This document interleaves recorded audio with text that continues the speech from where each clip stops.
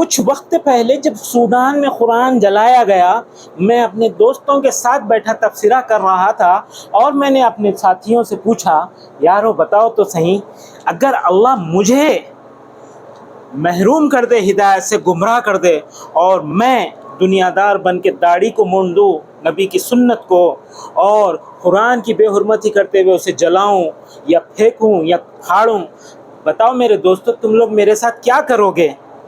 کیا تم لوگ مجھے مارو گے؟ کیا کرو گے؟ میرے دوستوں نے مجھے ایسی نگاہوں سے دیکھا کہ کچا کھا جائیں گے، مجھے ایسے گھور رہے تھے کہ جو ہے نا میں اس دنیا کا انسان نہیں ہوں۔ پھر آگے کچھ باتیں ہوئی، پھر میں نے کچھ پوچھا، وہ میں بتاؤں آپ کو پوری ویڈیو میں۔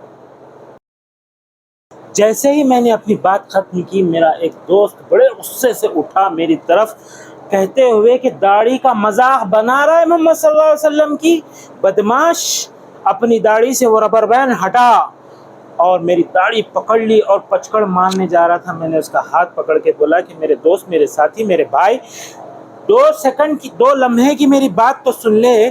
میں تجھے لگتا ہے کہ میں داڑھی کا مذاق اڑا رہا ہوں؟ اور تو جو روز داڑھی شیو کرتا ہے، کیا تجھے نہیں لگتا کہ تو محمد مصطفیٰ صلی اللہ علیہ وسلم کے چہرے سے نفرت کرتا ہے، اور تجھے قطعی محمد صلی اللہ علیہ وسلم پسند نہیں ہے، اور تو مجھے کہہ رہا ہے کہ میں داڑھی کا مذاق اڑا رہا ہوں؟ جیسے ہی میری اس نے بات سنی اور اپنے ہاتھ چھوڑے اور کونے میں پسیج گیا، اور باقی دوستوں میں بھی جو ہے نا ایک قسم کی سرد مہری طاری ہو گئی۔ مگر اس میں سے ایک اور دوست اٹھا، ہاں تو ٹھیک ہے، مگر تو جو ہے نا قرآن کی بے حرمتی کی باتیں، جلانے کی باتیں کیوں کر رہا ہے؟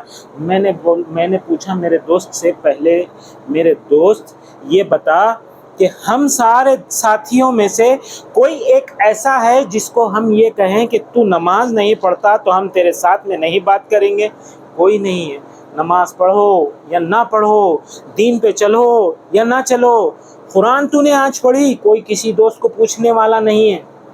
اور سچ بات بتائیں میرے دوستوں، میرے بھائیوں، میرے ساتھیوں، میں نے اپنے دوستوں سے پوچھا، تم نے پچھلی دفعہ قرآن کو کب ہاتھ لگایا؟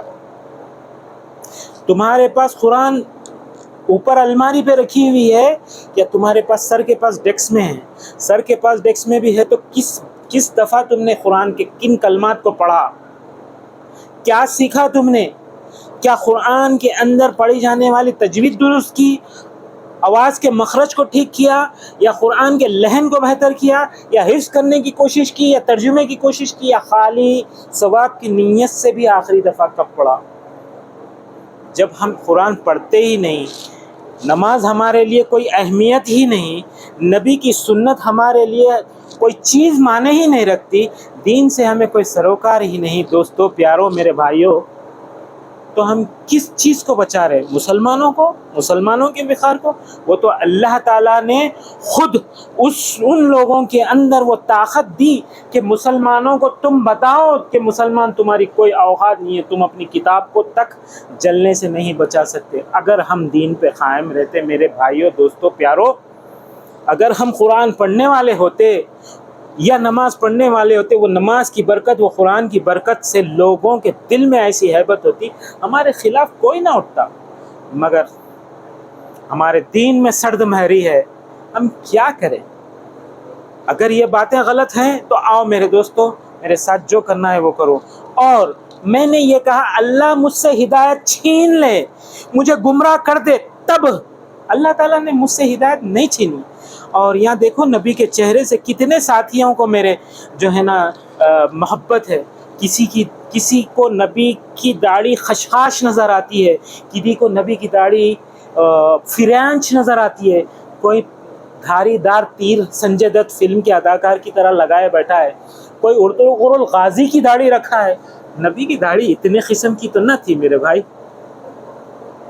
سوچ کے دیکھو۔ اگر اسلام پہ چلنا ہے، چلو گے، اللہ کے حکم کی پابندی کرو گے میرے ساتھیوں، تو ہمیں کوئی ڈرانے، جھکانے، دھمکانے والا ہمت بھی نہیں کرے گا، اور ہمیں ان کو کسی کو جواب دینے کی ضرورت نہیں پڑے گی۔ اگر عمل نہیں کریں گے تو ماریں گے بھی ہم کو، ہماری کتابیں بھی جلائیں گے، ہمیں نمازیں بھی پڑھنے نہیں دیں گے، ہمارے مصلے بھی اڑائیں گے، ہماری مسجدیں بھی تباہ کریں گے۔ اپنے آپ کو بچاؤ مت، اپنے دین کو بچا لو، خود بچ جائیں گے ہم لوگ انشاءاللہ میرے بھائی۔ غلط ہی صحیح تمہارے دل کو لگے میری باتیں، مگر سچی ہیں دین کے لیے، ذرا سوچو۔ السلام علیکم۔